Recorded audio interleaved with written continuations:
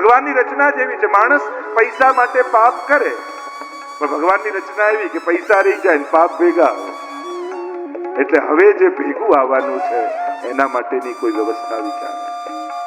માણસે થોડુંક પોતાના માટે પણ વિચારો. ઘણું કરવું જોઈએ, એની ફરજ છે. પ્રગતિ જરૂરી છે, પણ સદગતિને ભૂલ્યા વગર.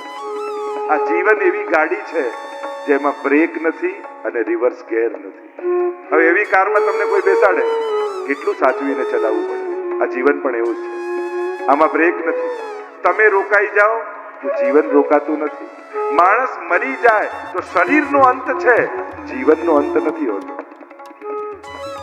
એ તો ચાલતું જ રહે છે, એક પછી એક. જાત સહી ધ્રુવ મૃત્યુ, અને મૃત્યુ પછી પાછો જન્મ. જીવનની તો ગતિ જ છે. અહીંયા કહું, પિતાજી હવે તો હરિભજનમાં લાગો. મોહ ગયો, હરિભજન કરવા માટે નીકળ્યા, વનમાં ગયા, ઉદ્ધાર થયો. માતાએ આત્મઘાત કરી લીધો, અને હવે તો ધુંધકારીને કોઈ રોકનારું ઘરમાં રહ્યું નહીં. અને એ અવસ્થા બહુ જવાબદારી વાળી હોય છે, જ્યારે આપણા ઘરમાં આપણને કોઈ કહેનારું ન હોય, આપણા ઘરમાં કોઈ વડીલ આપણને ટોકનારું ન હોય. એ સમય મનુષ્ય માટે વધારે સાવધાનીનો હોય. હવે તો ધુંધકારીને જે જોઈતું હતું મળી ગયું. અને લોકો પણ અત્યારના સમય કે મારી લાઈફ છે, મને કોઈએ નહીં કહેવાનું, હું જે કરું મારી લાઈફમાં મારે કોઈની સલાહની જરૂર નથી, હું એકલો બધું કરી લઈશ. અરે તું નહીં રહે ત્યારે ચાર ખભા જોઈશે. વિજ્ઞાન પ્રયાસ કરે છે કે માણસને માણસ વગર ચાલે. વિજ્ઞાન ખૂબ કોશિશ કરે છે કે માણસને જીવવા માટે માણસની જરૂર ના પડે. પણ એ સમયે દુનિયા બહુ કદરૂપી હશે જ્યારે વિજ્ઞાન પોતાના આ લક્ષ્યને પામી જશે. અને લાગે છે ને, આપણે જેમ પહેલા ક્યાંક ટ્રેનમાં કે પ્લેનમાં કે જતા તો કોઈ એકબીજા જોડે વાત કરે, અત્યારે તો બધા ટક ટક ટક ટક ટક ટક ટક ટક બધા પોતાનામાં જ પડ્યા હોય. પ્રયાસ એવો થાય કે માણસની જરૂર. માણસ મશીનોને કારણે વધારે એકલો થઈ ગયો.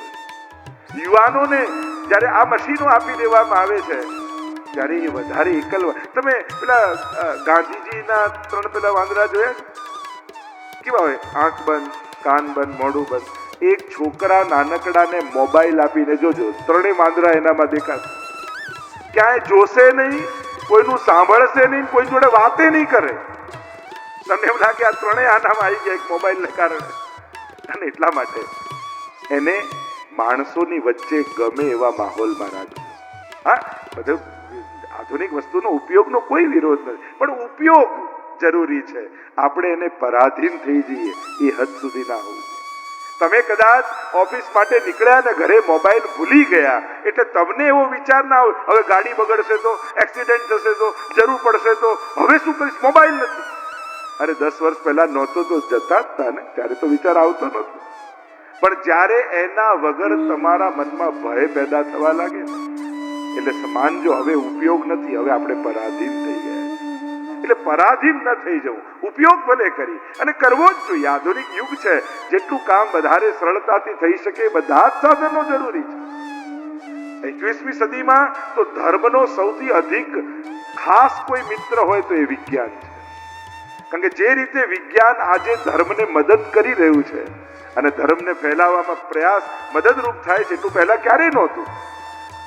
એટલે ધર્મને કોઈ વિજ્ઞાન સાથે વિરોધ નથી. વિરોધ છે કે વિજ્ઞાન ક્યાંક આપણી માનવ જાતિને સંવેદના વગરનો ન કરી નાખે. સંવેદના વગરનું વિજ્ઞાન પણ કલયુગનું દૂષણ છે. એમ ગાંધીજીએ જે 7 પાપ ગણાવ્યા ને કલયુગમાં, એમાં એક પાપ એ પણ ગણાવ્યું કે સંવેદના વગરનું વિજ્ઞાન. એટલે એનું ચિંતન થવું. કોઈ રોકનારું રહ્યું નહીં. ગણિકાઓને લઈ આવ્યો અને ગણિકાઓને એમ થયું એને રાજી કરવા માટે રાજાને ત્યાં ચોરી કરી. ગણિકાઓને એમ થયું કે આ રાજા આને પકડશે તો આની સાથે અમને પણ મૃત્યુદંડ મળશે, અમે મરીએ એના કરતા આને જ મારી નાખે.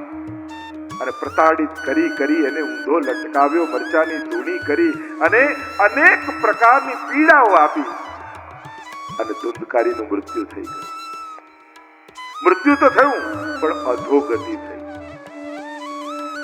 પ્રેત બન્યો. આપણે ત્યાં મૃત્યુ પછીની અનેકવિધ ગતિઓ માનવામાં આવી છે. જો હિન્દુ ધર્મની એક વિશેષતા છે, અન્ય ધર્મોમાં પુનર્જન્મનો કોન્સેપ્ટ નથી, એટલે જ ત્યાં દાટવામાં આવે.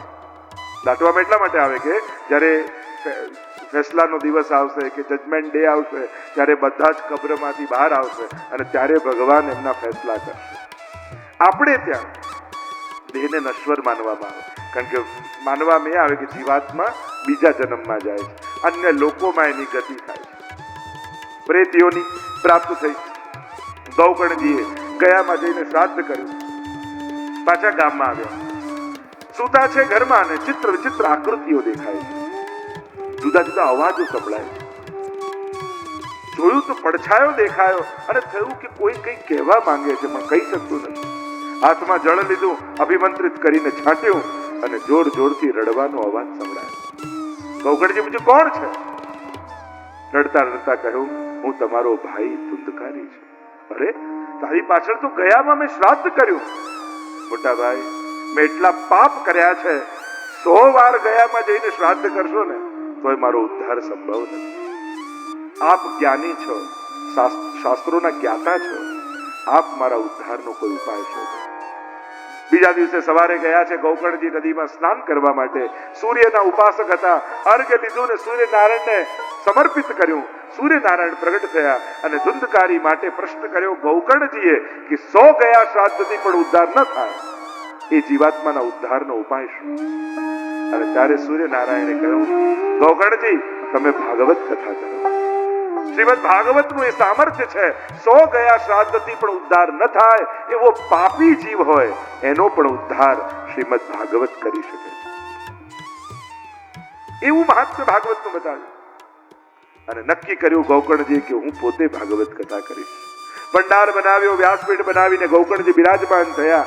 સમસ્ત નગરવાસીઓને આમંત્રિત કર્યા છે, આખો પંડાલ ભરાયો છે. એટલામાં ધુંધકારી આવ્યો, વાયુરૂપ છે પ્રેત. જોયું તો આખો પંડાલ ભરાયેલો છે, 7 ગાંઠનો વાસ પડ્યો છે. એમાં વાયુરૂપ પ્રેત ધુંધકારીએ પ્રવેશ કર્યો. એક દિવસની કથા પૂરી થાય ને વાસની એક ગાંઠ ફાટે. જો આ 7 ગાંઠનો વાસ આપણા બધાની અંદર છે. કામ, ક્રોધ, લોભ, ઈર્ષા, દ્વેષ, મત્સર, આ 7 ગાંઠો છે ને, વાસનાઓ જ તો વાસ છે. અને કથા સાંભળીને એક ગાંઠ ફાટવી છે. 7મા દિવસે આખો વાસ ફાટ્યો અને ભગવાનના પાર્ષદો વિમાન લઈને ધુંધકારીને લેવા માટે આવ્યા. અને ધુંધકારી જ્યાં વિમાનમાં બેસવા જ જાય ત્યાં ગૌકર્ણજી અવાજ લગાવે, ઉભા રહો, કથા તો બધાએ સાંભળી છે, પછી વિમાન કેવલ ધુંધકારી માટે જ કેમ? અને ત્યારે સુંદર પાર્ષદોએ કહ્યું, શ્રવણસ્ય વિભેદેન ફલભેદો અત્ર સંસ્થિત. શ્રવણના ભેદથી ફલભેદ થયો છે. જે રીતે ધુંધકારીએ સાંભળ્યું એ રીતે બધાએ નથી સાંભળ્યું. એણે શ્રવણ કર્યું, મનન કર્યું ને નિધિધ્યાસન કર્યું. સાંભળો, ઘરે જઈને એનું મનન કરો કે આજે કથામાં શું આવ્યું, એકબીજાને શેર કરો અને પછી નિધિધ્યાસન એ પ્રમાણે જીવવાનો પ્રયાસ કરો. કહ્યું, હું ફરી કથા કરીશ. પુનઃ ભાગવત કથા કરી ગૌકર્ણજીએ. બધા જ નગરવાસીઓ શ્રવણ મનન નિધિધ્યાસન કર્યા અને હવે તો ભગવાન પોતે પધાર્યા અને ભગવાન બધાને ભગવત ધામમાં લઈ ગયા. ભાગવતનું મહાત્મ્ય આવું બતાવ્યું.